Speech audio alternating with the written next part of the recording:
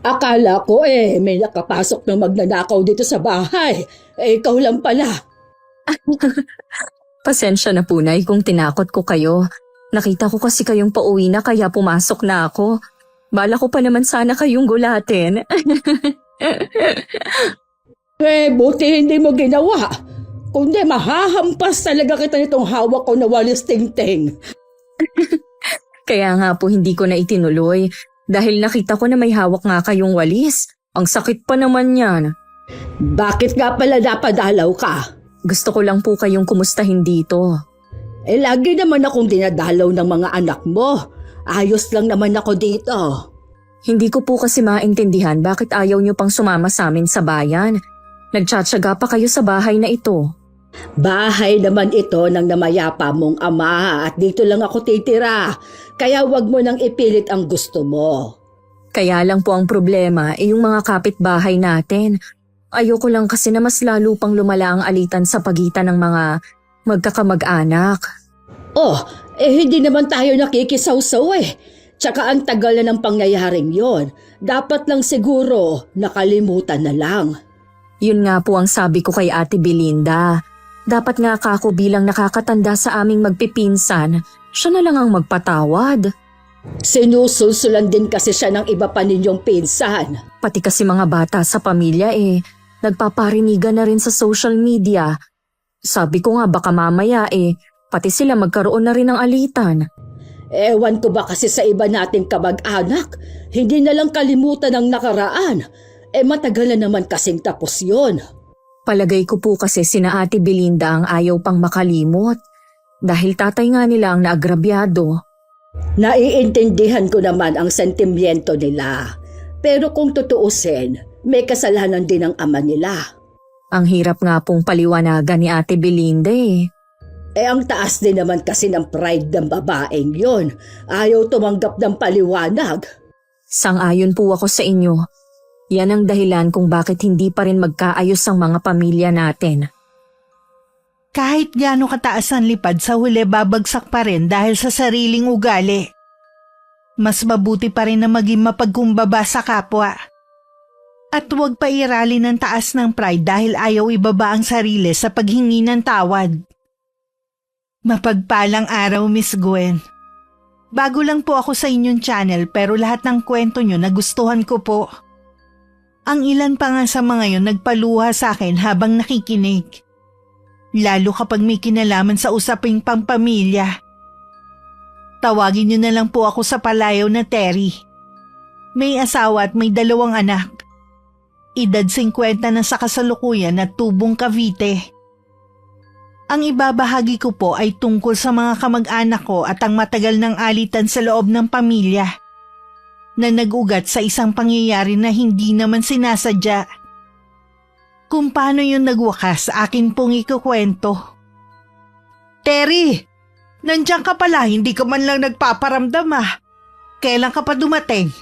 Kahapon lang ako dumating, ate. Magtatagal ka ba rito? Oo, dito muna ako para masamahan ko si inay. O bakit? May sakit ba si Tia Carmen? Naku, wala. Malakas pa sa kalabaw si inay. Papasok na kasi ang mga anak ko sa kolehiyo. Kaya wala nang dadalaw kay inay. Magiging busy na sila Akala ko naman may nangyari na kay Chang, kaya ka biglang napadalaw. Kumusta na nga pala kayo dito? Ayos lang naman. Tamang-tama may handaan sa amin. Konting salo-salo lang naman. Tutal malapit naman tayo sa isa't isa. Imbitahin ko na rin kay ni Tia Carmen. Ano bang meron? Birthday lang ng asawa ko. Ilang taon na si Kuya Bogart? 60 na. Hindi halata Matikas pa rin kasi si Kuya Bogart at wala pang puting buhok. O paano? Pakisabi na lang kay Chang Huwag kayong mawawala sa Sabado sa Makalawa na yon. Oo, siguradong nandun lahat ng kamag-anak natin. Hindi lahat Kakampi lang namin ang inimbita ko. Dito nga sa compound natin kayo lang ni Tia Carmen. Bakit naman? Alam mo na, wala na kaming pakialam sa iba. Ate naman, hindi pa rin ba matapos-tapos ang issue na yan? Ang tagal na kasi niyan Masyado silang mayayabang. Akala mo kung sino. Ang totoo niyan, wala naman akong nababalitaan na sinasabi nila. Tahimik nga lang sila eh. Paano hindi sila tatahimik? Mga guilty kasi sa nangyari noon. Baka kasi mamaya pati mga bata mag-away-away na rin. Kung mangyari man yun, walang dapat sisihin kundi sila. Pamilya tayo dito at magkakapit-bahay pa. Hindi tama na tayo-tayo lang din ang nag-aaway. Sila ang nag-umpisa ng lahat eh. Huwag mo sanang kalilimutan yan. Sa pakikipag-usap ko kay Ate Belinda, napatunayan ko lang na hindi pa rin siya nagbabago. Naiiling na lang ako at nagdadalawang isip din kung pupunta ako sa kanila. Hanggat maaari kasi mas gusto kong gumitna sa away ng pamilya namin. Kaya lang inaalala ko naman baka isipin ng pinsan namin na kay Kuya Val ako kumakampi. Bala ko lang sanang samahan si Inay. Pero mukhang magkakaproblema pa yata ako sa pag-uwi ko dito sa amin. Nung hapon naman si Kuya Val ang nakakita sa akin habang nagwawalis ng mga tuyong dahon. Terry, ikaw nga. Mabuti umuwi ka ngayon. Kumusta na? Saan ka galing yan? Ayos lang naman kami. Galing ako sa trabaho eh. Sa awa ng Diyos, nakakaraos naman. Sino nga pala yung kasama mo dyan? Ako lang kuya. Kahapon lang din ako dumating. Pasensya na kayo kung hindi pa ako nakadalaw sa inyo ha. Inuuna ko kasi ang mga gawain dito sa bahay ni nanay. Magtatagal naman ako. Punta ka lang sa bahay para makapagkwentuhan naman tayo. Ang tagal na nating hindi nagkita eh. Ang dami nang nangyari. Oo nga daw, nabanggit nga ni inay. Uy, nasan nga pala si Tia Carmen? Nasa loob si inay. Pasok ka muna kuya. Sa ibang araw na lang. Sabi mo nga magtatagal ka rito sa atin eh.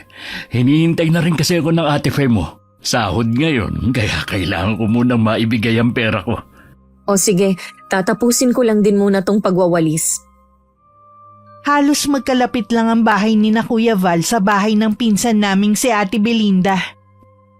Yun nga lang mas kita na medyo nakakaangat sa pamumuhay sila ate. Nakatapos din kasi ang mga anak niya at isa na lang ang nag-aaral. Kumpara sa mga anak ni na Kuya Val. Nagsimula ang alitan sa pagitan ng mga magulang nila na hanggang ngayon hindi pa rin natutuldukan. Narinig ko na parang may kausap ka kanina. Si Kuya Val po ang kausap ko kanina. Niyayaya ko nga po na pumasok muna pero tumanggi siya. Saka na lang daw. Napakasipag ng pinsan mong yon. Silang dalawang mag-asawa. Kaya lang, hindi talaga swerte sa buhay. Hindi katulad ni Belinda. Si Ate Belinda naman po kasi nakapag-abroad noong araw ang asawa kaya nakapagpundar. Nag-iisip nga ako kung pupunta sa kanila sa Sabado. Matagal na akong hindi pumupunta tuwing may handaan sa kanila. Puro kasi sila kayabangan. Kaya himala na inimbita ka niya. Hindi rin maganda ang kutob ko sa pagpunta doon. Kaya hindi na lang siguro ako pupunta. Pwede ka naman pumunta na ikaw lang para walang masabi. Sa totoo lang kasi, ayoko nang makisali pa sa kanila. Nay, handaan naman po yun. Palibasa kasi ngayon ka lang pupunta sa okasyon sa bahay ni na Belinda. Kaya wala kang alam. Ano po ba ang mangyayari kung sakali? Puro paninira sa iba nating kamag-anak. Yung mga bisita naman, sige rin ang panggagatong. Ayoko ng ganoong usapan. Ganun palang ginagawa nila. Kaya nga ako umuwi dito para sana hindi na lumala ang alitan ng mga bata. Yun pala, mas matindi ang sa mga matatanda. Anong magagawa mo kung mismong mga magulang ang ayaw paawat? Minsan, ayoko na lang lumabas ng bahay para hindi ko na lang masaksihan ba ang nangyayaring iringan. Nag-ugat lang naman ang away ng pamilya, kina Tio Narciso at Tio Romulo. Sa mga magulang ni na Ate Belinda at Kuya Val, ang tagal na kasi hindi pa kalimutan. Ang pinsan mong si Belinda ang nagmamatigas. Sa lagay na yan, wala pa kayong pinapanigan ha? Pansin ko, puro pabor kay Kuya Val ang sinasabi ninyo eh.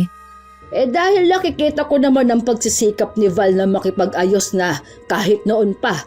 Pero matigas pa sa bato si Belinda.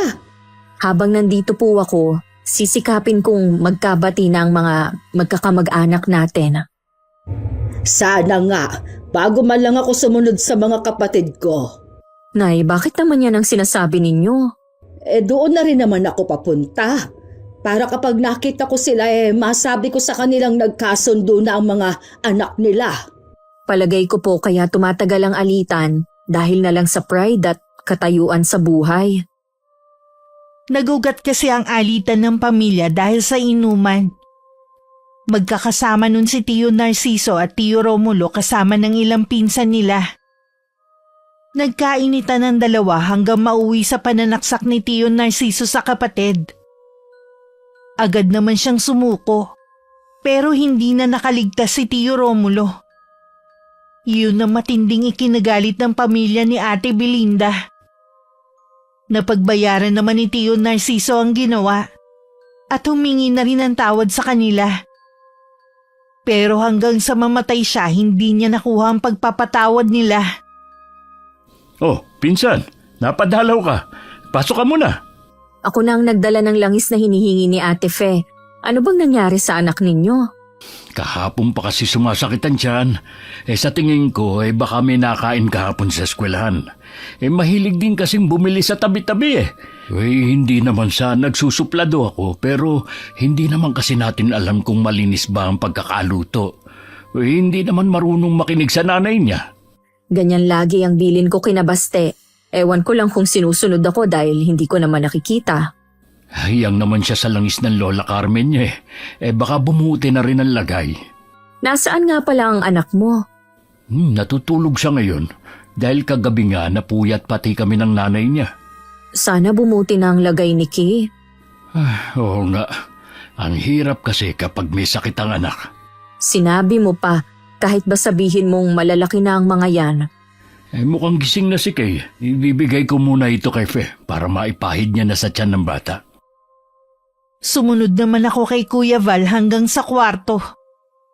Nakita ko nga na namimilipit sa sakit ang dalagitang si Kay, habang inaalalayan siya ng nanay niya na maupo. Napansin kong namumutla na ang anak nila at nangingitim na rin ang labi.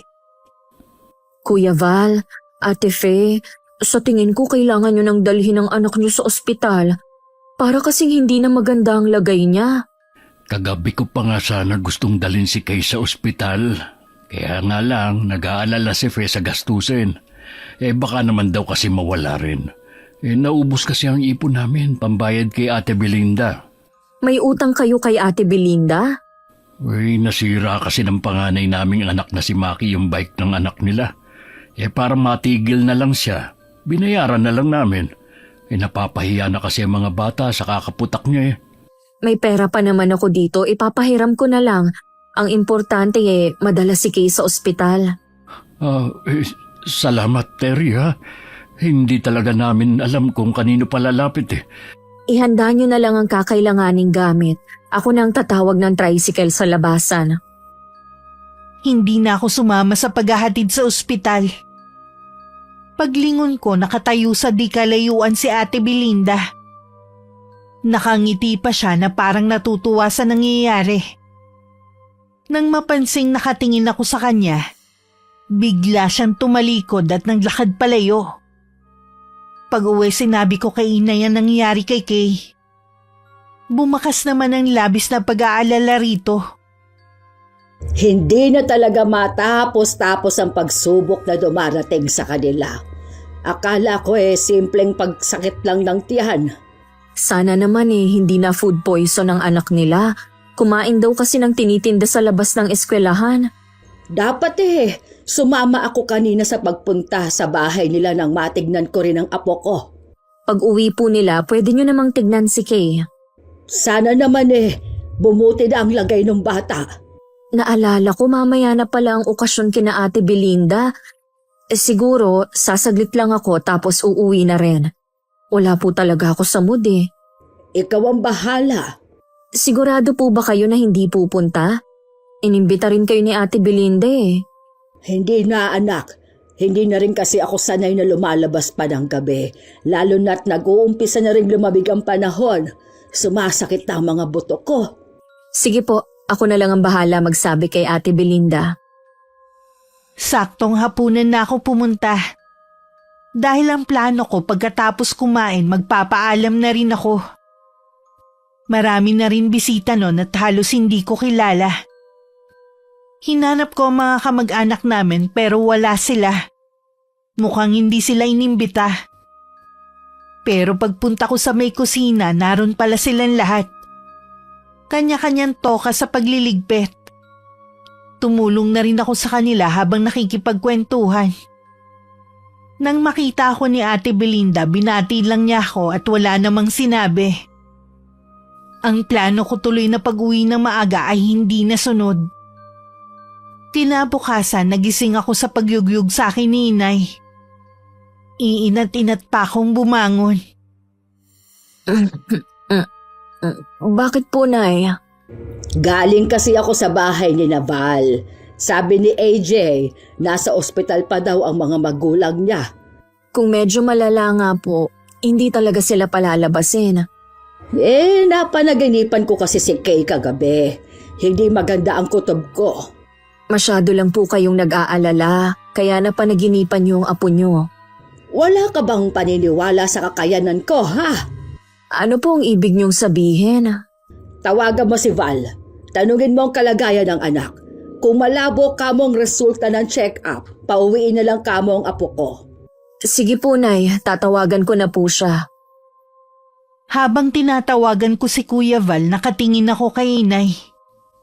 Sobra talaga ang pag-aalala niya. Kapag gano'n ang ikinikilos niya, may hindi magandang nangyayari. Kung gano'n naman pala, iuwi mo muna ang anak niyo. Yun ang bili ni Nanay. Dito na lang sa bahay kayo dumiretso. Sige, hintayin na lang namin kayo. Ano ang napag-usapan ninyo? Hanggang ngayon daw po, hindi pa rin bumubuti ang lagay ni Kay.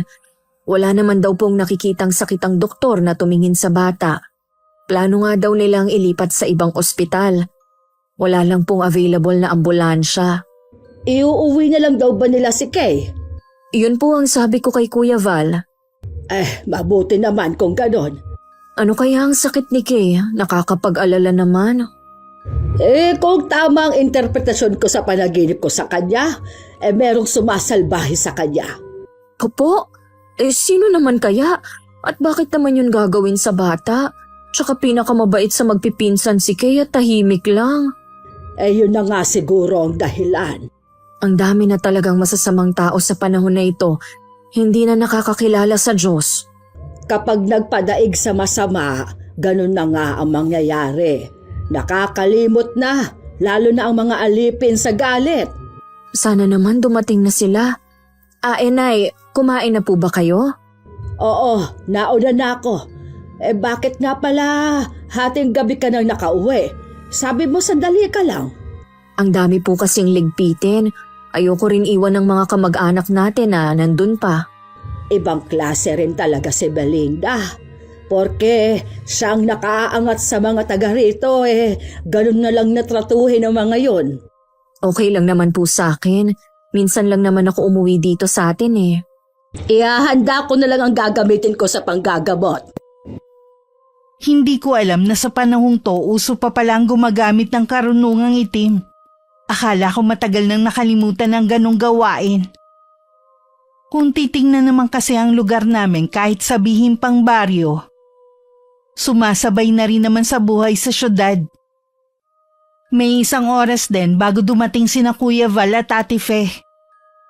Buhat ng pinsan ko ang walang malay nitong anak. Kaya daw sila natagalan dahil ayaw silang payagan ng doktor na lumabas. Pumirma na lang sila ng waiver para kung sakaling may masamang mangyari kay Kay, walang pananagutan ng ospital at mga doktor. Hindi kaya merong naiinggit sa anak niyo sa pinapasukang eskwelahan? Yun na nga rin ang iniisip ni Fe. Maganda at matalino kasi si Kay. Hindi rin siya palabarkada, kaya hindi malabong pag-initan siya. Malamang kapwa estudyante lang din niya ang gumawa nito. Malalaman natin mamaya kapag lumabas na si Tia Carmen. Huwag ka nang mag-alala. Ngayon alam na natin ang dahilan ng pagkakasakit ni Kay. Gagaling na siya.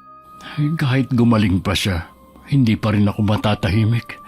Kailangan ko malaman kung ano ang dahilan ng taong nasa likod nito.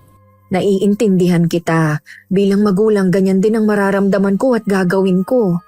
Tuwing meron pa naman pinagdadaanan ng pamilya namin, natutuwa talaga si Ate Belinda at ang pamilya niya. Naisip ko lang ito Bakit hindi nyo nalang ibenta ang bahay at lupa nyo? Magpakalayo-layo na lang kayo dito. Dito na kami tumanda at nasanay sa lugar na ito. Hindi namin kailangang umalis dahil hindi naman kami nagsisimula ng gulo. Alam ko naman yun. Kaya lang sa inyo nag-umpisa ang alitan ng pamilya. Matagal nang pinagdusahan ni Papang ang krimen na hindi naman niya sinasadya. Hindi pa ba sapat yun? Ang problema nga, hindi pa rin matanggap ni Ate Belinda at ng mga kapatid niya ang nangyari. Tinatanong ko naman siya dati, naming magkakapatid, kung anong dapat naming gawin para tigilan na nila kami. Wala naman siyang sinasabi. Gusto lang talaga nila kaming nakikitang naghihirap sa paningin nila. Habang nandito ako, susubukan kong paliwanagan si Ate Belinda. Ay, salamat. Pasensya ka na kung naiipit ka sa nangyayari, ha? Sa inyo magkakapatid, bukod tanging ikaw lang ang walang kinakampihan. Ang mga kapatid mo, mas kampi kina Ate Belinda Ang tanging gusto ko lang naman, magkaayos-ayos na tayong lahat. Yun din ang gusto ni Inay bago man lang siya pumanaw. Wala akong ibang hiling kundi sana humaba pa ang buhay ng nanay mo. Pakiramdam ko kasi, kapag nawala siya, mas lalong lalaki ang alitan sa pamilyang to. Siya na lang kasi ang natitira sa magkakapatid at laging tagapamagitan kapag may away na nangyayari. Dahil nga dyan, kaya siguro gusto ng mamahinga ni Inay. Kaya nga napauwi din ako dito dahil sa mga sumbong ng mga anak ko. Lagi daw malungkot ang lola nila kapag nakakabalita na may nagsagutan na naman sa pamilya natin. Pati kasi mga pamangkin natin, nakikisawsaw na rin sa usapin. Umaabot na ang parinigan sa Facebook baka naman kumalat pa ang baho ng pamilya natin yan. Lagi ko naman pinagsasabihan ng anak ko na hanggat maaari, huwag nang patulan ang naririnig nila. Ang problema kasi, ang mga anak ni Ate Belinda, manang-mana sa nanay nila. Talaga palang si Ate Belinda ang punot dulo ng lahat. Siya ang ayaw pang tumigil. Ilang sandali pa lumabas na rin si Inay at naiwan pa rin si Ate Fe. Sabay pa kaming napatayo ni Kuya Val at mabilis na siyang pumasok sa loob ng kwarto kung nasa ng anak. Kumusta na po si Kay? Ayos na siya. Sabi nga ng ina parang nagdahilan lang. Mabuti na rin at naagapan dahil kung hindi, baka malala na siya bago kumagamot. Nalaman niyo po ba kung sino ang gumawa nito sa pamangkin ko? Sinabi ko kay Fe na dahil sa katandaan ko, humina na ang kapangyarihan ko. Kaya hindi ko na malaman kung sino ang kumulam sa anak niya. Ang mahalaga po maayos na ang lagay niya. Ayun na nga nagtatawanan na ang mag-anak. Maiwan na muna kita anak ha. Magpapahinga na lang muna ako. Sige po, Nay. Mukha nga pong pagod na kayo. Pumasok na rin ako sa loob ng kwarto. Bumalik na nga sa dating kulay ang balat ng dalagita maging ang labi nito. Nagpapasalamat talaga ako at ganun lang ang nangyari sa kanya. Ang iba kasing nakukulam hindi na nagagawang mailigtas, lalo na huli ng matuklasan. Hindi naman kasi lahat naniniwala sa kulam. Nang mga sumunod na araw napansin ko na parang balisa si Inay. Tuwing nasa balkonahe siya ng bahay, nakatingin siya sa direksyon kung nasa ng bahay ni na Ate Belinda. May problema po ba, Nay? Napapansin ko kasi nitong mga nagdaang araw. Lagi kayong tulala. Hindi ko lang kasi mapaniwalaan ang nalaman ko. Tungkol po ba saan yan at hindi kayo makapaniwala? Sa kung sino ang kumulam kay Kay. Akala ko po ba hindi nyo alam? Huwag niyong sabihin nagsinungaling lang kayo nun kay Ate Fe. Oo, ganun na nga. Dahil kung hindi ko gagawin yon, malamang nagkakagulo na naman ngayon. Ibig niyo po bang sabihin kamag-anak natin ang may kagagawa nun kay Kay? Oo, Ang anak ni Belinda na si Juvie ang nasa likod nito. Sinusubukan ko nga siyang kausapin pero umiiwas. Halatang takot na takot.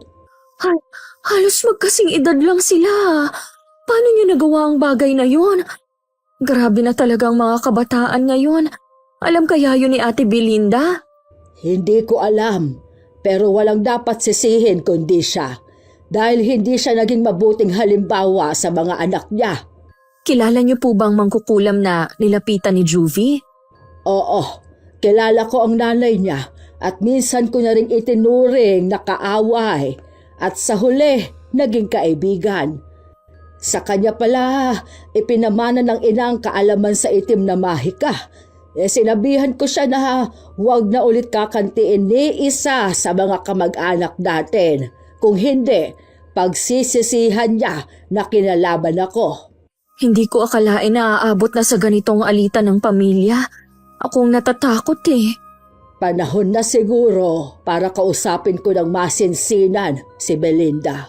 Kung kakausapin niyo po siya, sasamahan ko na po kayo. Huwag kayong mag-alala, hindi ako sasali sa usapan ninyo. Nakababahala na kasi ang pangyayaring ito. At pwede itong mag-ulit sa mga susunod na araw. Kawawang iba na hindi lumalaban. Mabuti pa po, dito na lang kayo mag-usap para walang makarinig. Ayoko na rin itong patagalin. Susunduin ko na po siya ngayon. Bago pa makasagot si inay, mabilis na akong tumalikod at naglakad palayo. Nakasalubong ko pa ang iba kong pinsan na bumati naman sa akin. Kasalukuyan naman nasa labas ng bahay nila si Ate Belinda. Sinabi ko agad ang sadya ko. Nagtataka man, sumama naman siya sa bahay. Sumilip pa sa may pinto si Juvie pero mabilis din namang umalis. Gusto niyo raw po ako makausap, Tia Carmen. Tungkol ba saan ang sasabihin niyo? Wala na bang takot ang anak mong si Juvie na gumawa ng isang bagay na nakakasakit sa kapwa niya? Ano ang tungkol sa kanya? Sana pala isinama ko siya. Nasa bahay lang naman siya ngayon Namomonitor mo pa ba ang ginagawa ng anak mo, ha? Ano po bang klaseng tanong yan, Chang? Natural dahil anak ko siya. Bakit ba parang gusto niyo yatang pakialaman ang pagpapalaki ko sa anak ko? Wala akong planong panghimasukan ang paraan ng pagpapalaki mo sa kanila. Diretsuhin niyo na kasi ko kung para saan ba to. Anong ginawa ni Juvie? Alam mo bang, pinakulam ng anak mong si Juvie ang pinsan niyang si Kay. Ano? Tama ba ang pagkakarinig ko? Chang, saan niyo naman nakuha ang ideya na yan? Sa mismong mangkukulam na nilapitan ng anak mo. Kung sino man siya, nagsisinungaling lang ang taong yun. Huwag niyong pagbintangan ng anak ko o kahit sino pa sa kanila. Kung gusto mo, puntahan mo si Marie. Kilala mo naman siya, ang anak ni Tonyang. Siya ang nagmana sa kakayanan ng kanyang ina sa pangungulam. Oo, kilala ko silang mag-ina. Pero hindi ko na kailangan pang tanungin ng babaeng yon. Basta hindi ako naniniwala sa inaakusan niyo sa anak ko. Hindi ka man maniwala, pero yon ang totoo. Walang dapat sisihin kung bakit ganoon si Juvie, kundi ikaw din. Kaya niyo lang ba ako pinapunta dito para sermonan, ha? Wala po kayong karapatan, hindi ko kayo nanay. Matagal na rin naman ang nangyari sa tatay at tiyuhin mo. Bakit hindi mo nalang kalimutan? Yun naman talaga ang pinag-ugatan ng ginagawa mo. Madali niyo lang kasi sabihin yan dahil hindi kayo ang nawalan ng ama. May kasalanan naman din ang tatay mo. Ilang beses na siyang pinagsabihan na huwag nang makipag-inuman dahil mahilig siyang maghamon kapag nalalasing. Talagang tatay ko pa ang sinisi niyo. Hindi ko siya sinisisi. Sinasabi ko lang na maiiwasan sana ang trahedya kung nakinig sana siya. Dahil sa pangyayaring yun pati mga apo ko, naggagantihan na rin. Hindi ko tinuturuan ng mga anak ko na gumante. Maayos ang pagpapalaki ko sa kanila. Siguro nga hindi, pero nakikita nila ang ginagawa mo. Talaga bang hindi kayo titigil, ha? Sumusobra na kayo Ate Belinda, huminahon ka lang. Isa ka pa. Akala ko pa naman importante ang sasabihin nyo. Pagbibintangan nyo lang palang anak ko. Bakit hindi mo tanungin ang anak mo? Hindi na kailangan.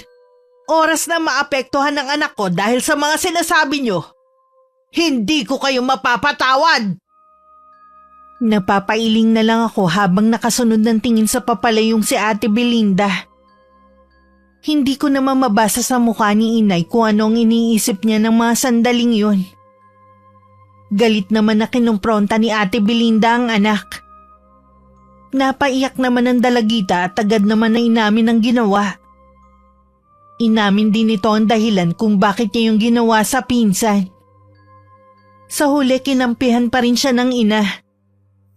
Salamat Kuya Val, nag-abala ka pa. Wala yun. Marami naman kasing binigay sa aming saging sa bambyanan ko. Siguradong matutuwa nito ang inay. Paborito niyang nilagang saging eh. Ay, nasan nga pala si Tia Carmen? Maaga siyang umalis kanina. Baka mamaya pa ang balik nun. May kailangan ka ba sa kanya? Nabalitaan mo na bang kumakalat na balita? Umuwi kasi ako sa amin at kababalik ko lang kagabi. Ikaw pa lang ang nakakausap ko ngayong umaga. Ano ba ang kumakalat na balita na sinasabi mo? Baka naman chismis lang yan. Alam mo naman na ayaw ni inay ng ganon. Kumakalat kasi dito sa compound natin at nakarating na rin sa ibang tao na nagagalit daw si Ate Belinda sa nanay mo dahil sa pagbibintang ni Chang sa anak niya. Siya pa talagang may ganang magkalat at magalit ha? Uy, ano ba yung binibintang ni Tia Carmen? Hindi yun basta pambibintang. Totoo talaga yun.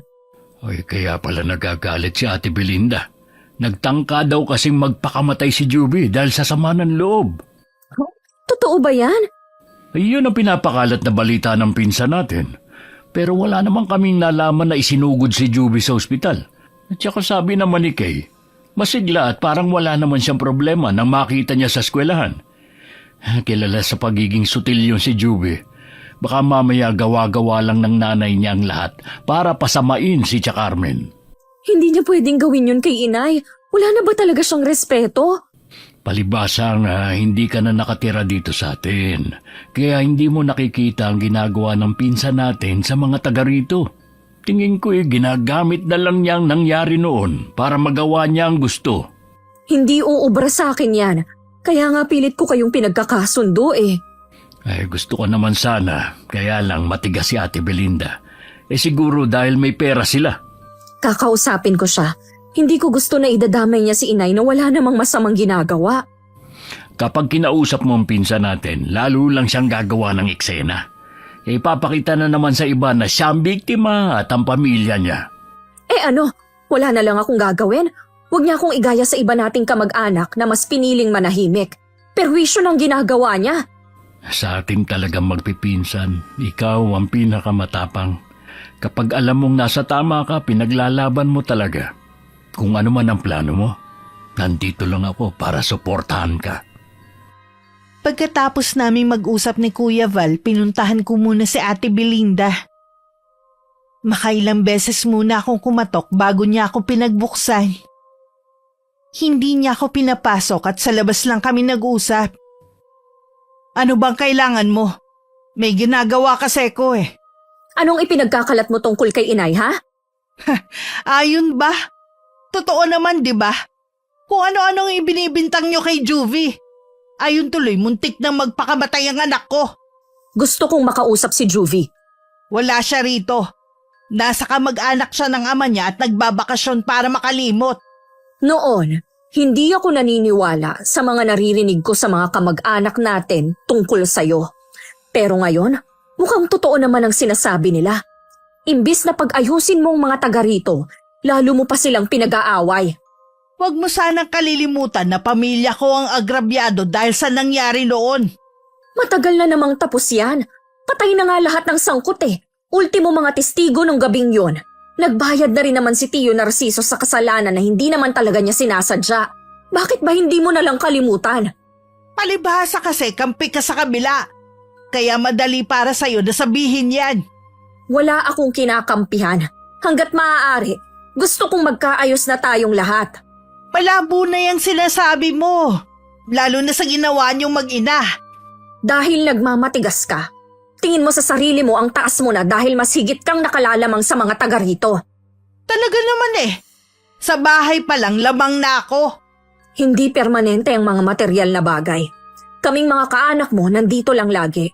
Mas maaasahan kami kesa dyan sa ipinagmamalaki niyong yaman. Tigilan mo na nga ako. Umalis ka na.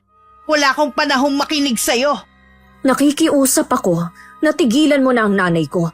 Matanda na siya para idawit mo. Sana kasi tumahimik na lang siya at hindi na nakialam. Ano?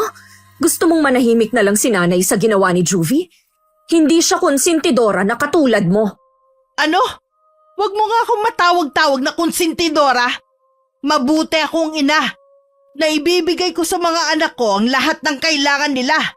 Maging mga luho na hindi nyo kayang ibigay sa mga anak nyo. Eh di ikaw na ang pinakamabuting ina. Totoo naman ah. Bakit hindi ka nalang bumalik sa inyo? Di ba ayaw mo naman tumira dito sa atin? Dahil lang kay inay kaya ako nandito. Kung ako lang ang masusunod, ayoko dito dahil sa mga katulad mong kamag-anak. Eh di umalis ka, isama mo ang nanay mo. Akala mo yata hindi malaking kawalan ng inay kapag umalis siya dito. Baka nakakalimutan mo, may malaking papel siyang ginagampanan dito. Wala nang may kailangan sa kanya. Marami na magagaling na doktor ngayon. Sila ang mas kailangan ng mga taong nagkakasakit. Alam naman natin na hindi lahat ng sakit kayang gamutin ng doktor. Sana hindi dumating sa punto na kakailanganin mo si inay. Baka kasi hindi na siya pwede nun. Hindi ko akalaing aabot kami sa matinding pagtatalo ni Ate Belinda. Wala naman ako naramdamang pagsisisi sa puso ko dahil sa ginawa ko. Alam ko naman kasi na tama lang ang ginawa ko. Hindi ako pwedeng manahimik lang kung sangkot na si inay sa ginagawa niya. Inaasahan ko rin naman na lalaki pa ang gulo sa pagitan namin. Ang mga anak mo ba ang kausap mo? Opo, Nay. Nagsusumbong po si Baste na nagpaparinig si Juvie sa Facebook. Sino naman ang pinaparinggan ni Juvie? Ang mga anak ko po. Alam naman daw nila na patungkol sa kanila ang post dahil ako lang naman ang sumugod sa bahay nila nung isang araw. Iba na talaga ang nagagawa ng cellphone sa mga kabataan ngayon. Sino ba kasi ang nag-imbento niyan? Si nanay talaga. Nasisi pa ang nag-imbento. Nasa tao pa rin naman kasi kung paano siya magiging responsable sa mga ginagawa niya. Katulad ni Juvie, halatang hindi man lang pinag-isipan ang ginawa. Sabihin mo sa mga anak mo, huwag na lang kamo pansinin. Ganon na nga po ang sinabi ko para hindi na lumaki ang gulo. Kilala naman nila ang pinsan nilang si Juvie na hindi rin nagpapatalo katulad ng nanay niya. Hindi pa kita nakakausap sa pagsugod mo sa bahay ni na Belinda. Akala ko ba gusto mong magkaayos na ang pamilya natin? Bakit ikaw mismo ang gumagawa ng bagay na lalo magpapagalit sa pinsan mo? Tama lang po ang ginawa ko. Pati kayong nananahimik sinasali niya. At sa palagay ko, hindi na maaayos ang pamilyang to hanggat makitid ang utak ni Ate Belinda. Iba kasi ang nagagawa ng pera. Tingin nila, superior na sila at laging tama. Akala yata nila hindi mauubos ang pera nila. Wala naman silang ibang pinagkukunan ngayon. Wala na namang trabaho ang asawa niya. Balang araw, maiisip din niya na mas mahalaga pa rin ang pamilya kaysa sa anumang material na bagay. Kapag nangyari yon, wala na tayong pakialam sa kanya. Nasasabi mo lang yan dahil galit ka. Alam ko naman na maawain ka. Napuno na rin po ako. Tsaka alam ko po na hindi rin titigil si Ate Belinda sa ginagawa niya. Lagi naman akong nakahanda. Mukhang hindi na yata matutupad ang pangarap ko na magkasundo ang pamilya natin.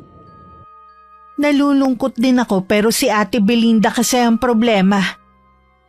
Sabi nga ng ibang pinsan namin mahilig pa siyang mag-recruit ng mga kakampi sa kanya. Nang mga sumunod na araw, napansin kong hindi na rin ako pinapansin ng iba naming kamag-anak na dati nakakausap ko. Meron na akong ideya kung bakit. Pinagkibit-balikat ko na lang ang bagay na yun. Ganun talaga ang gawain ng pinsan nating yun. Nasanay na nga lang kami sa kanya. Matagal na pala kayong nagtitiis sa pag-uugali niya. Pero bilib din ako Mahaba pa rin ang pasensya nyo. Muntik-muntikan ko na rin nga masugod siya sa kanila eh. Lagi ko lang inaalala mag-iina ko. Paano kaya kung makahanap ng katapat niya si Ate Belinda? Baka magbago na siya pag nagkataon. Wala bang naikukwentong mga anak mo sa'yo? Tungkol ba sa mga post ni Juby? Ang sabi ko lang sa mga anak ko, huwag na lang pansinin. Naaawa din naman ako kay Juvie. Kung nagagabayan sana siya ng mga magulang niya, hindi naman siya lalaki ng ganyan eh. Namama na rin kasi ang ugali. Nakuha niya ang pagiging suplado ng ama at pagiging palaban naman ng nanay niya. Na kahit wala na sa tamang katwiran pinaglalaban pa rin. Tama nga si Inay. Ginagamit na lang ni Ate Belinda ang nakaraan para makapanlamang sa atin. Para lagi siyang makakuha ng simpatsya. Lagi na lang kasi niyang isinasangkalan ang nangyari sa mga magulang niya. Alam naman ng Diyos na pinagsisihan na ni Papa ang nagawa niya. Alam naman ng lahat kung gaano kabait ang papang mo kumpara kay Tio Romulo. Oo nga. Ay, paano Terry? Uwi na muna ako ha. Baka hinahanap na ako ni Faye. Baka sabihin nun, inutusan lang ako na humiram ng kayuran hindi na ako nakabalik. Lingid pala sa amin ni Kuya Val, nakita kami ni Juvie na magkausap. Agad siyang nagsumbong sa nanay niya na baka may pinaplano kaming dalawa ni Kuya laban sa kanila. Sa galit sinugod ni Ate Belinda si Kuya Val sa kanila.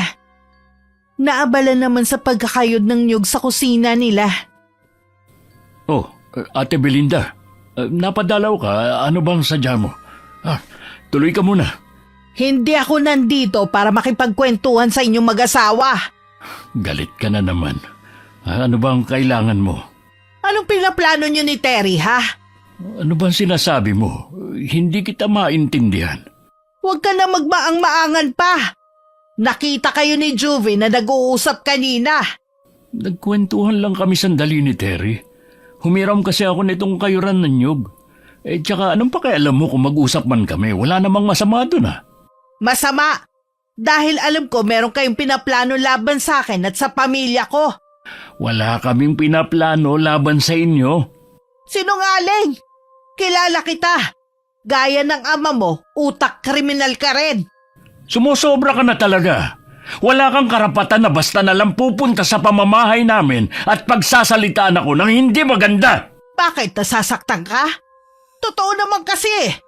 Binabalaan kita, Val. Baka matulad ka sa tatay mo.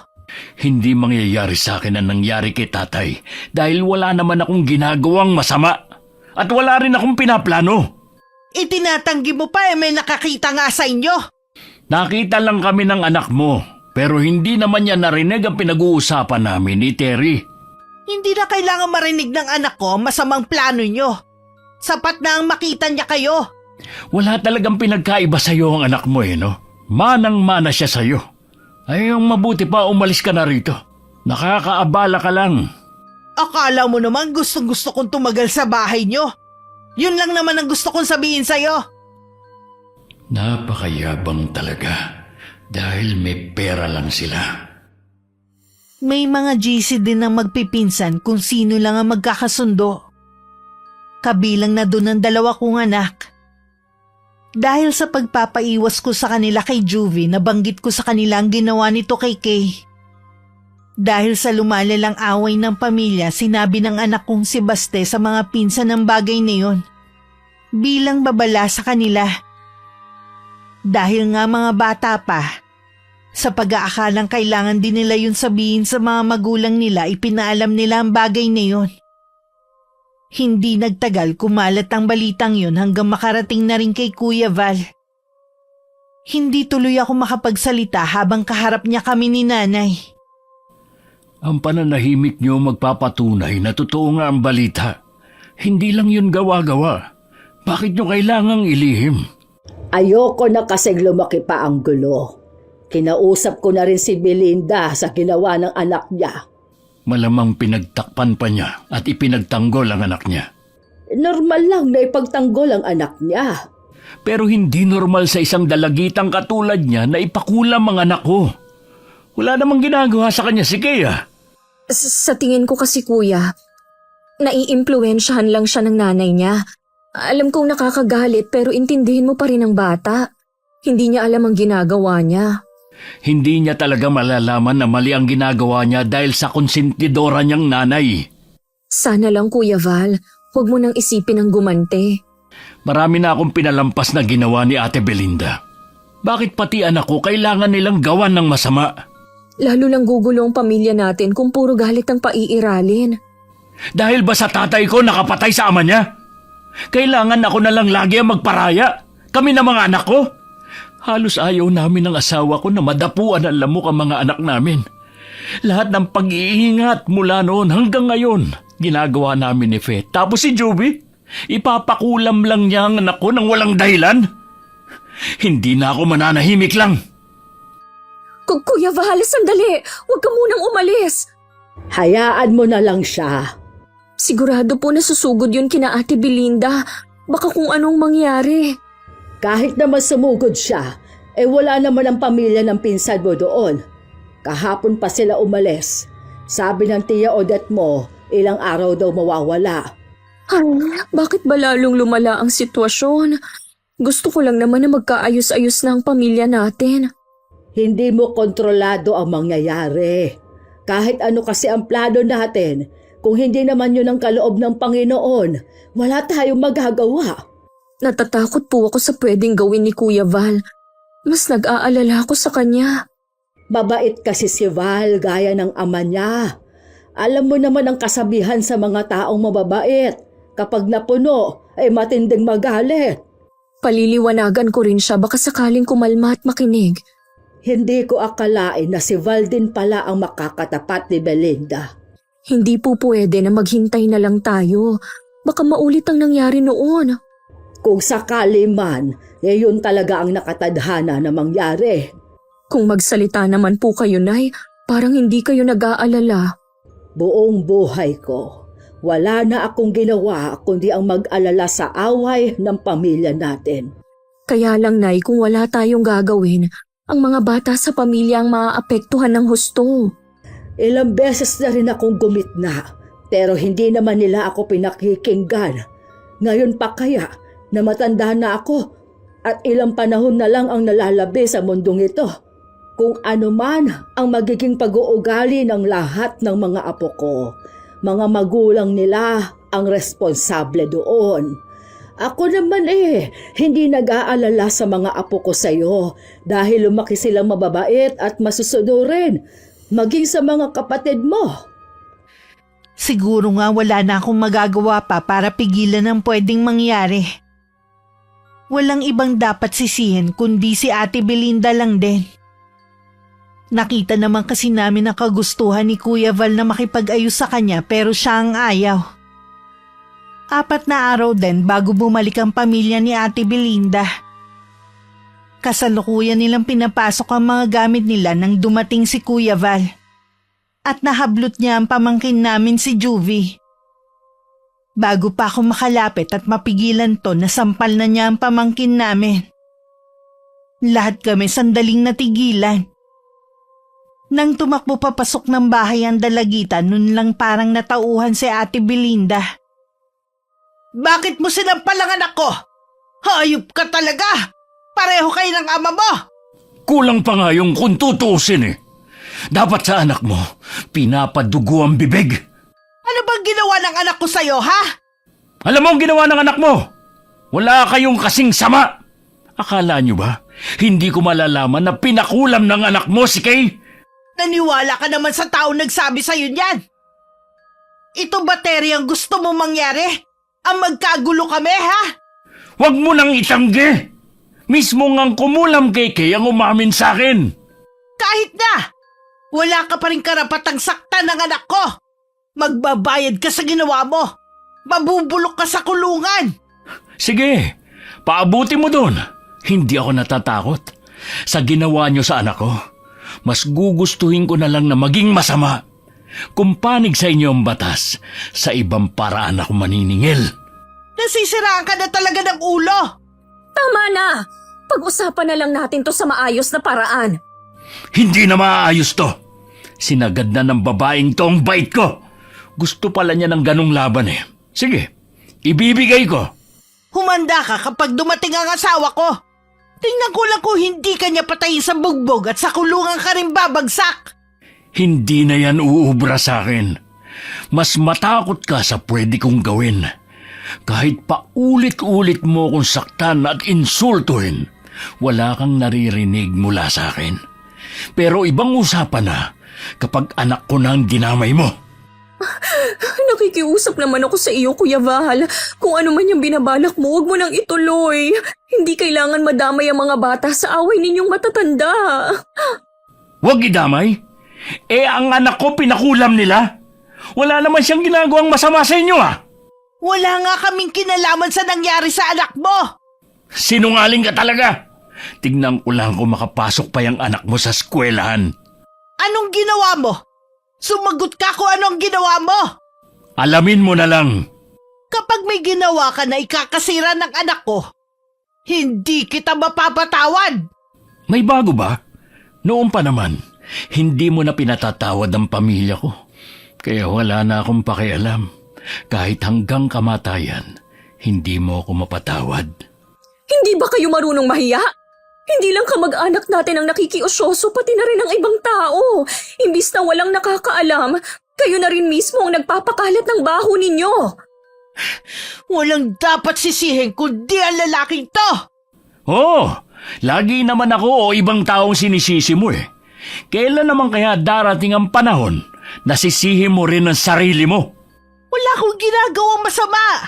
Kaya hindi mangyayari na sisisihin ko ang sarili ko. Tignan natin. Hoy Val! Saan ka pupunta? Hindi pa ako tapos sa iyong hayop ka! Hayaan mo na lang siya, ate. Puntahan mo na lang si Juvie. Mas kailangan ka ng anak mo kaysa unahin mo ang pakikipag-away. Noon lang siguro naalala ni Ate Belinda ang anak kaya dali-dali niya akong iniwan at pumasok sa loob ng bahay.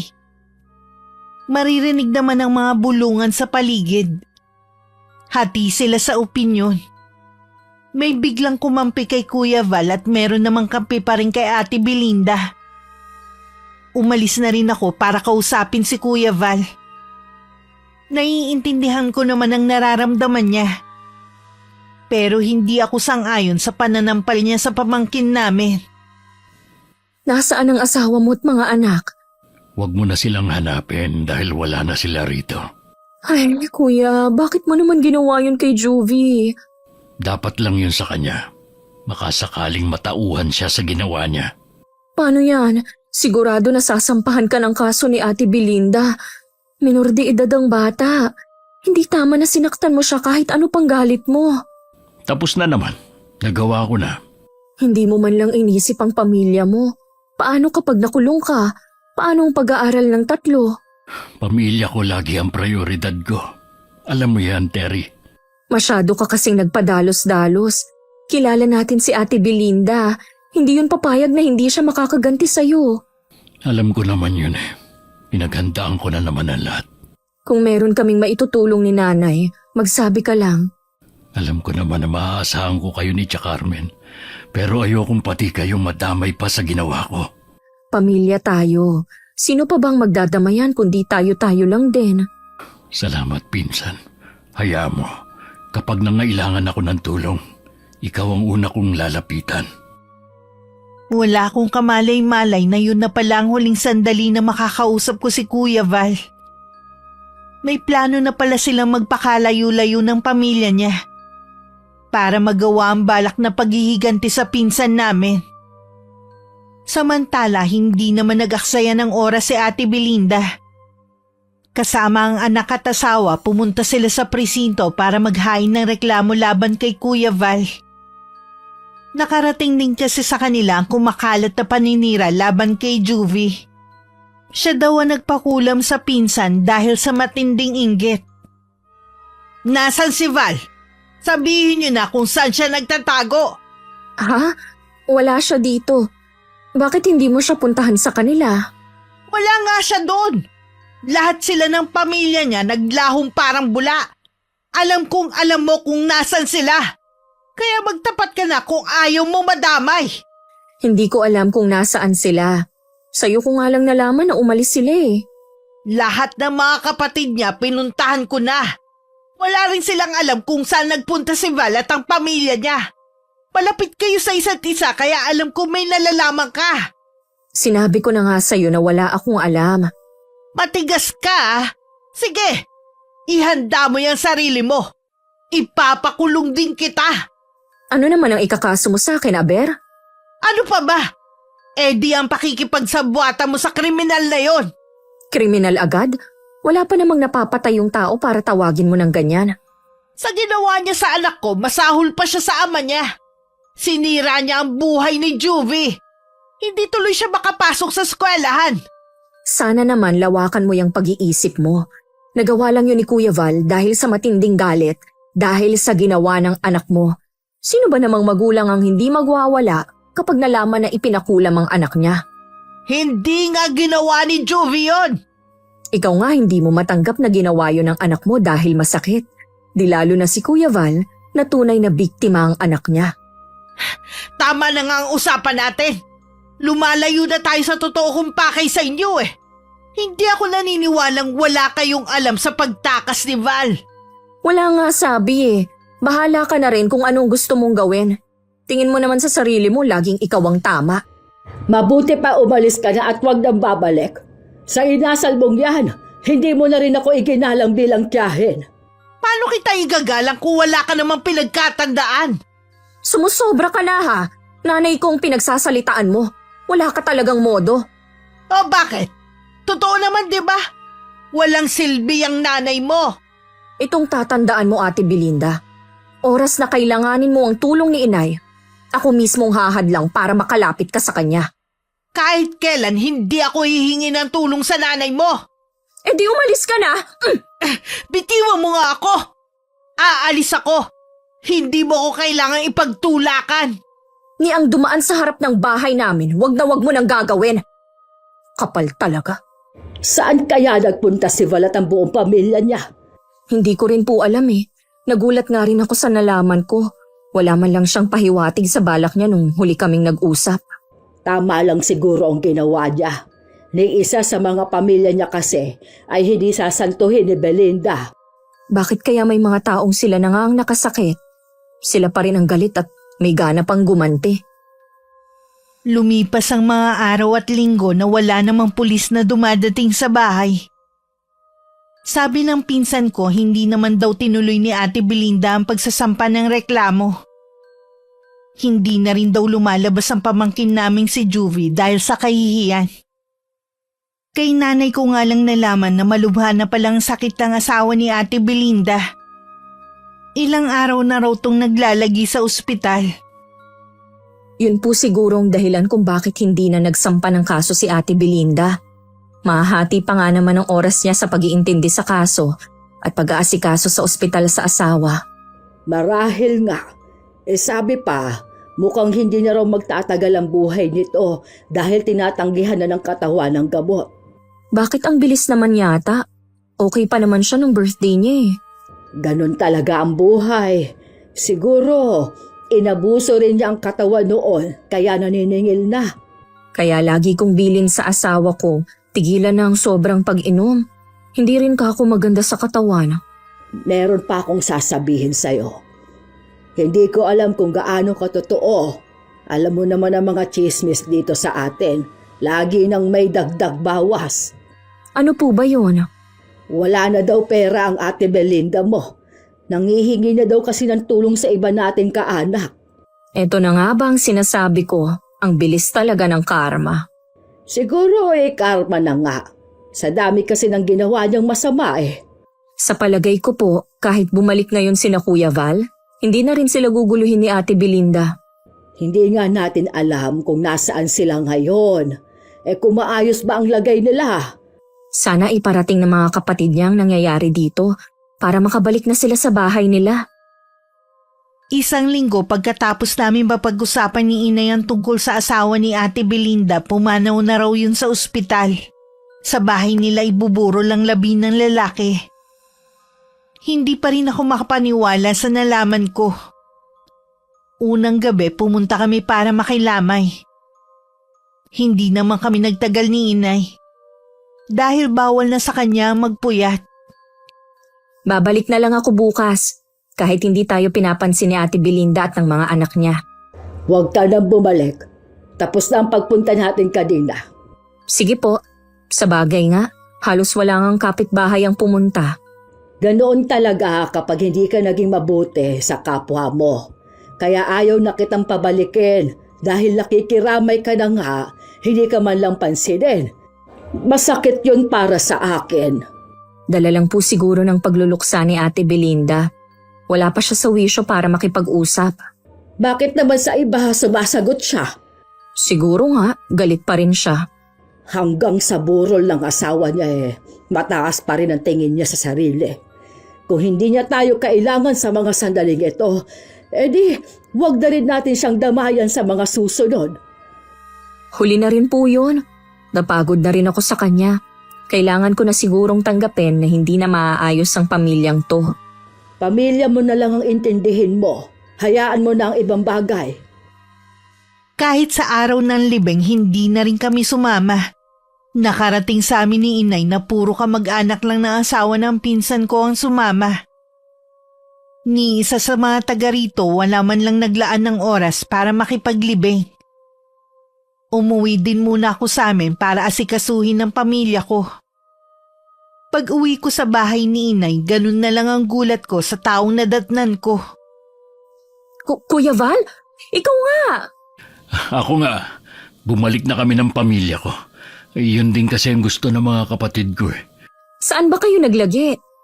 Sa kabilang barangay lang naman, sa kaanak ng asawa ko.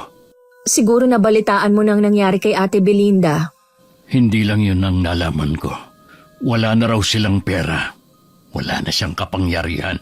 Hanggang ngayon ba galit ka pa rin sa kanya? Oo, at wala akong balak na makipagbati sa kanya. Sana isa sa inyong matutong magpakumbaba para matapos na ang gulo ng pamilya. Wala kang aasahan sa akin. Nang malaman ko ang ginawa ni Juvie sa anak ko, pinutol ko na ang pagiging magkamag-anak namin. Sana maintindihan niyo ako ni Tia Carmen. Oo naman, iho. Nasa iyo pa rin ang pagpapasya. Minsan pupunta ako sa inyo para makipagkwentuhan sa inyo ni Ate Fe. Sa totoo lang, mula nang umalis kayo, wala na akong makausap na matino dito. Nasa bahay lang naman ang asawa ko. Anumang oras pwede mo siyang puntahan. Natutuwa ako at nakabalik na kayo. Ihanda nyo na lang ang mga sarili ninyo. Sigurado na hindi pa rin kayo titigilan ni Belinda. Oo, wag na nga lang niyang aasahan na katulad pa rin ako ng dati, na tinatanggap lang lahat ng masasakit na salita mula sa kanya. Mula nung pumanaw ang asawa, bihira na lang lumabas si Ate Belinda. Pero nang malaman niyang bumalik na si Kuya at ang pamilya nito, mabilis siyang nagtungo ron para kumprontahin ito. Ha! Tama nga ang nakarating sa aking balita. Bumalik na kayo. Babalik talaga kami dahil nandito ang bahay namin. Akala mo siguro nakalimutan ko na ang ginawa mo dahil nagluluksa pa kami, no? Kung wala ka pa rin kapaguran, bahala ka. Ituloy mo lang ang plano mo. Hindi ako papayag na hindi mo pagbayaran ang ginawa mo. Hindi porke wala nang asawa ko eh. Wala na akong kapangyarihan na ipakulong ka. Gawin mo na lang. Puro ka salita eh. Ang yabang mo ah. Sino bang pinagmamalaki mo ngayon, ha? Wala. Napagod na lang siguro ako sa walang katapusan na makikipagtalo sa'yo. Hanggat nabubuhay ako, hindi ako mapapagod. Ay, nasa iyo naman yan. Pero oras na mga ilangan ka ng tulong, hindi na kami mag-aaksaya ng panahon. Kahit kailan hindi ko kakailanganin ng tulong mo. Huwag ka lagi magsalita ng tapos. Huwag mo rin hahayaan na mag-isa ang mga anak mo sa labas ng bahay nyo. Dahil kung anong ginawa mo kay Juvie, gagawin ko rin sa kanila. Wala ka na talagang kinatatakutan kahit ang karma. Ikaw ang matakot sa karma. Dahil sa mga kasalanan na ginawa mo at ng ama mo. Naghintay naman si Kuya Val sa aksyon na gagawin ng pinsan namin. Pero lumipas lang ang ilang linggo, wala naman itong ginagawang hakbang. Nakikita naman namin ang mga anak ni Ate Belinda pero madalas umiiwas ang mga yon. Para bang takot na takot. Mula nang mamatay ang ama nila, Parang nawalan na ng buhay ang bahay nila. Patuloy naman kami sa ginagawa namin sa araw-araw. Minsan may handaan kina Kuya Val dahil kaarawan ng panganay nitong anak. Lahat imbitado maliban kay Ate Belinda. Bumabaha nun ng pagkain at inumin. Lahat masaya. Maaga pa naman nun pero galit na sumugod si Ate Belinda. Hindi pa ba tapos ang okasyon na to, ha? Nakakastorbo na kayo sa amin eh. Para kayo walang kapitbahay. Wala naman kaming ginagawa. Nagkakatuwaan lang ang mga bisita. Hindi nga kami nagrenta ng videoke para hindi kami makaabala eh. Masaya lang kami nagkukwentuhan dito. Ang lalakas nga ng boses nyo. Hindi kami makapagpahinga dahil sa inyo. Kapag kayong may okasyon at maingay, wala kayong naririnig na reklamo sa amin. Ngayon lang naman ako naghanda. Hindi ba pwede na bigayan tayo? Eh bakit naman kita pagbibigyan, ha? Sa laki ng atraso mo sa pamilya ko, wala kang karapatang magsaya pati ang pamilya mo. Naririnig ka ng mga bisita. Huwag mo naman sanang pakita ang sama ng ugali mo. Ha? Ako pa pala ang masama, ha? Alam naman nila kung anong ginawa ng tatay mo. Kaya alam nila kung sino ang masama sa atin. Ate Belinda, pakiusap naman.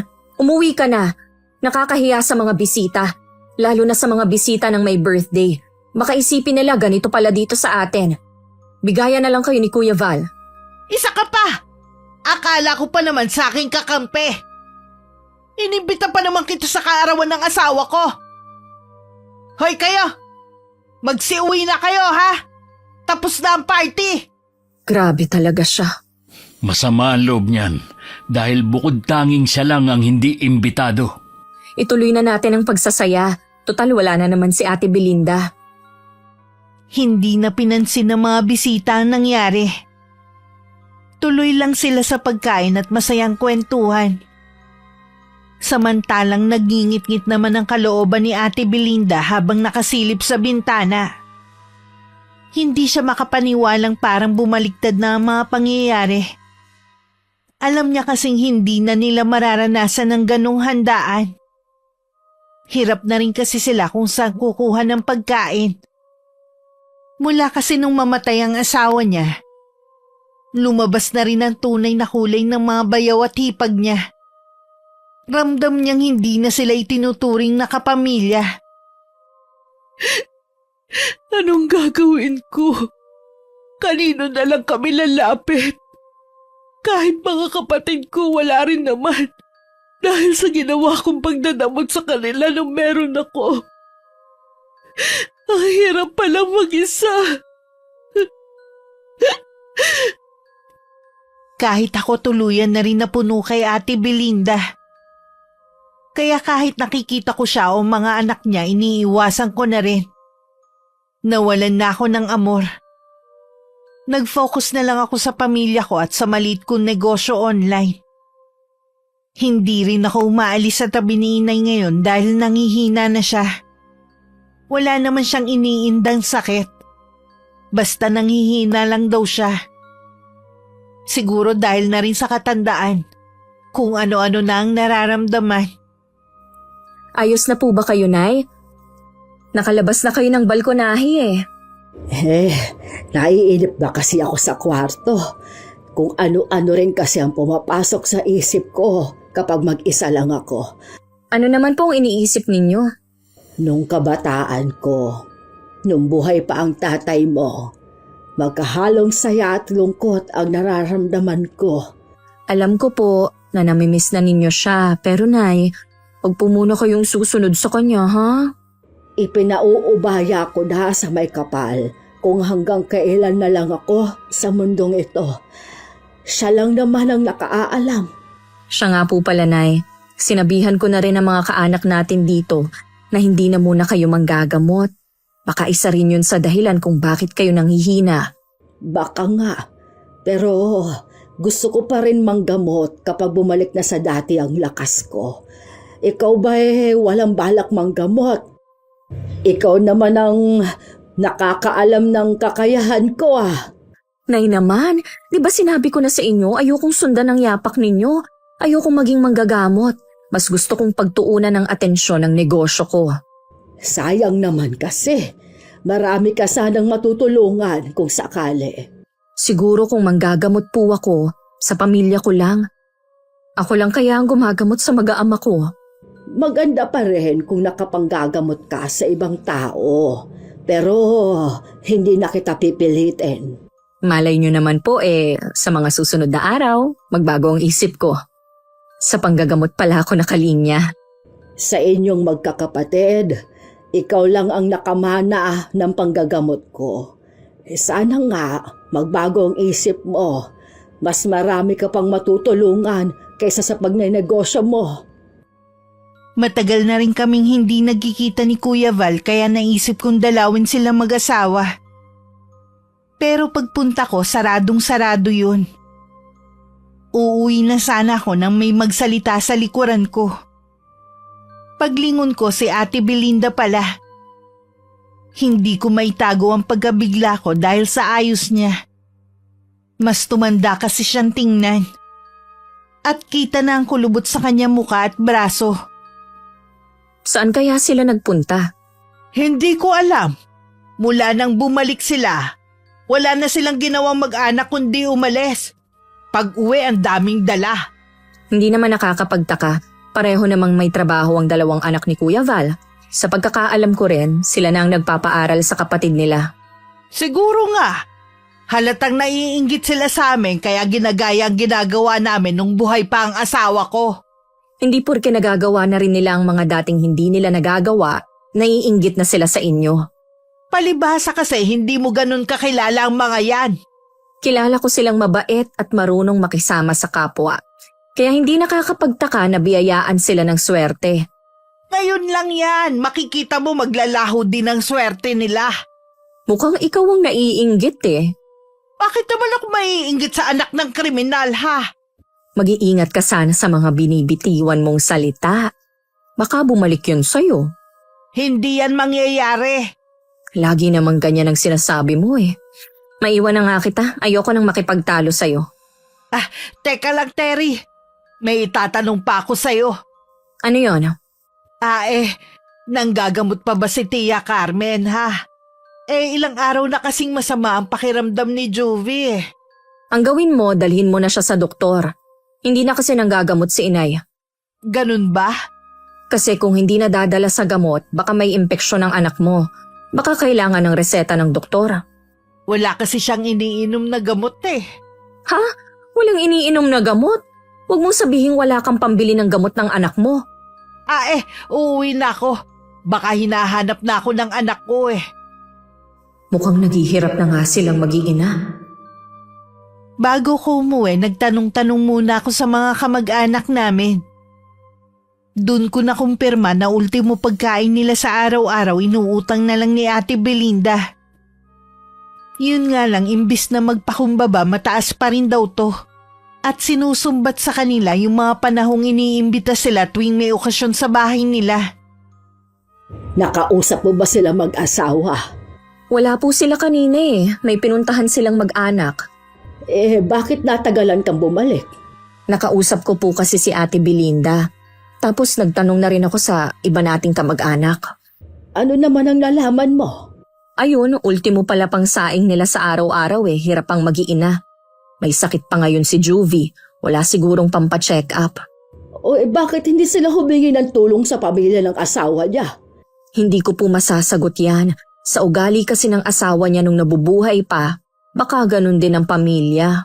Bakit kasi hindi pababaan ng pride at lumapit sa atin para humingi ng tulong?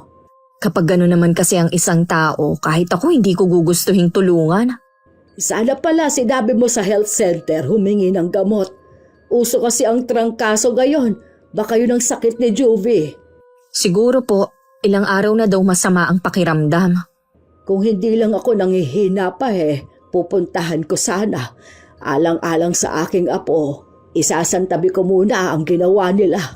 Hindi naman ako papayag. Sa sama ng ugali ng mag-inang yun, baka po lalo kayong manghina. Hayaan nyo na lang nadalhin ni Ate Belinda ang anak niya sa doktor. Sige na nga. Kita nyo nga, nagpapahid na naman kayo ng langis.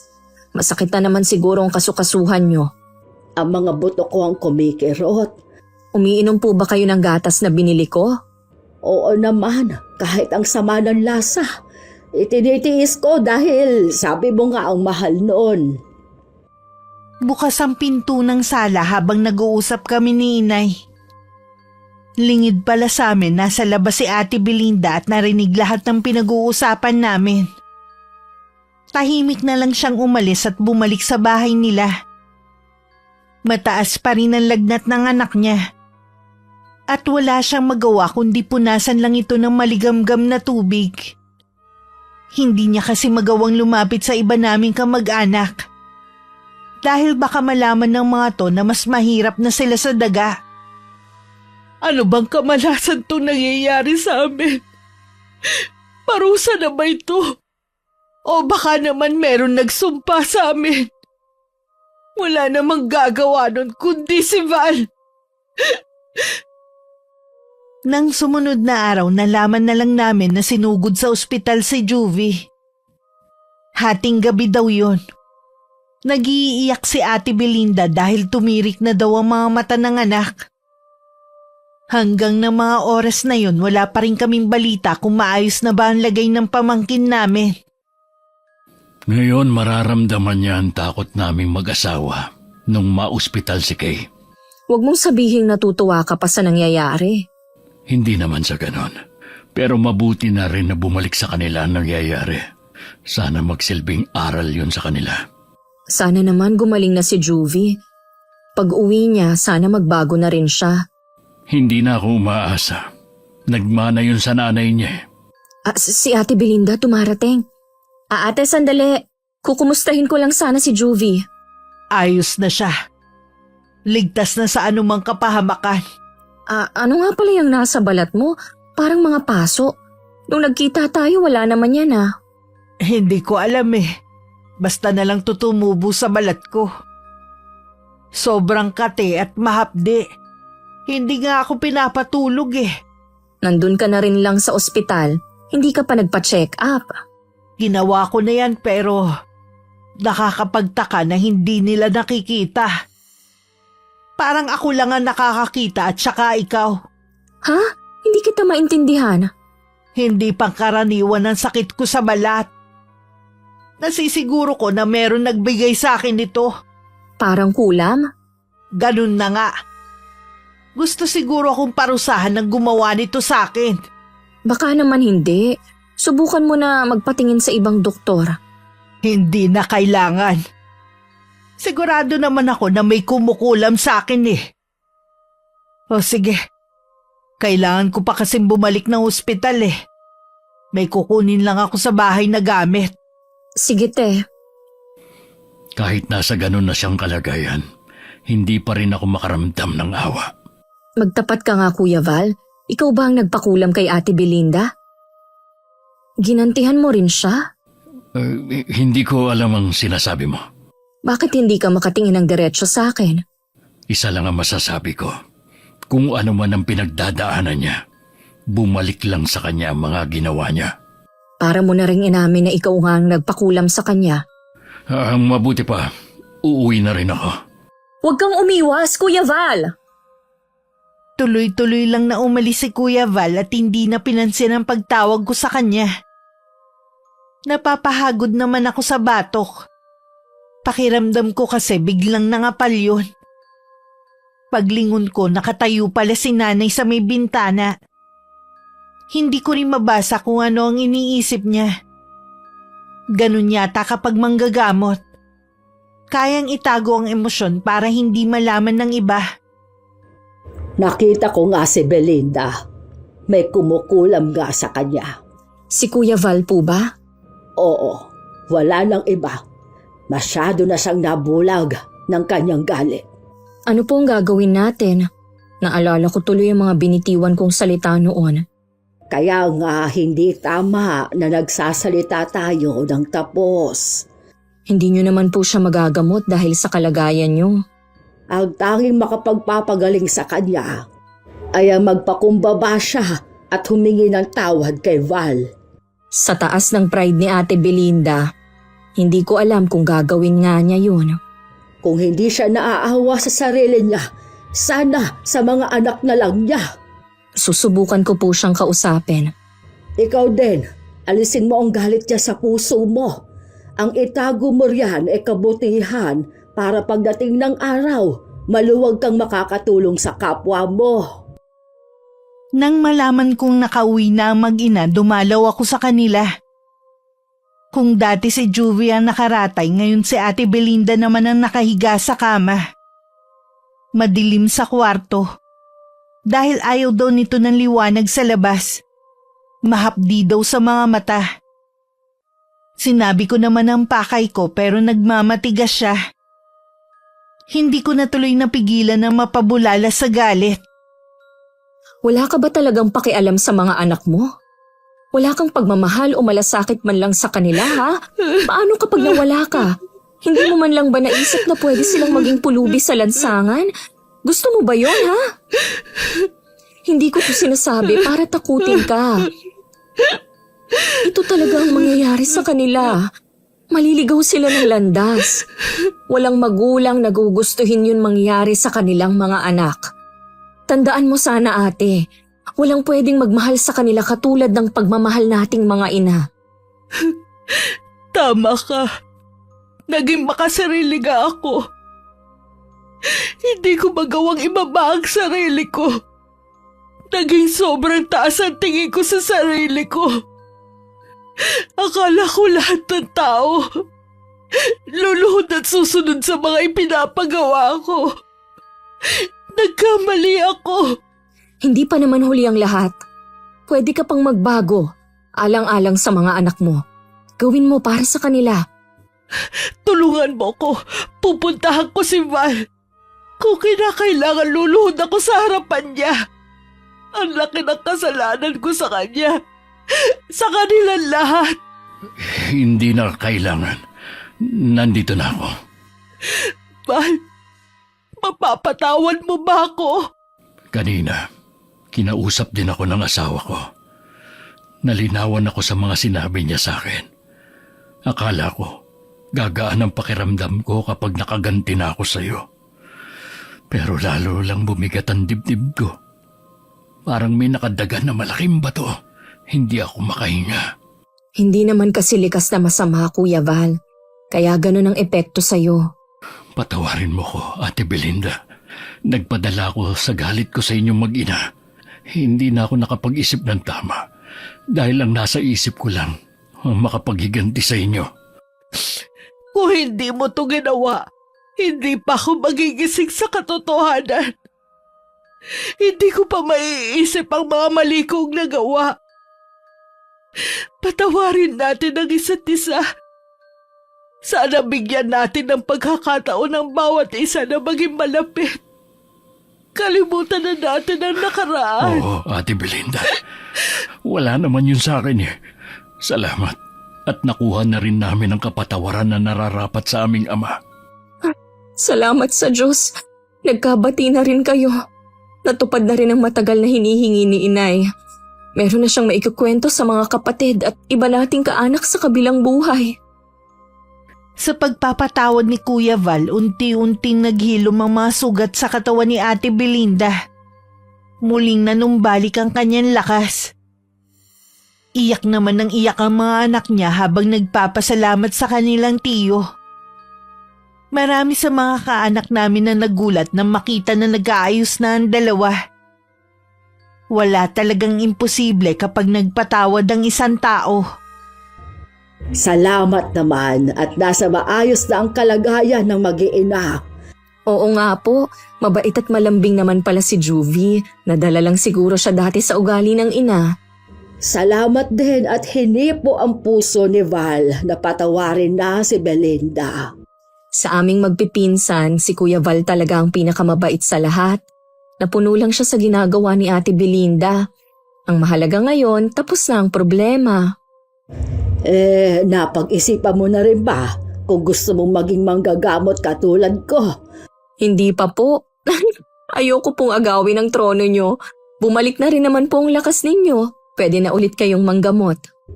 Nararamdaman ko na balang araw, tatanggapin mo rin ang nakatakdang kapalaran mo.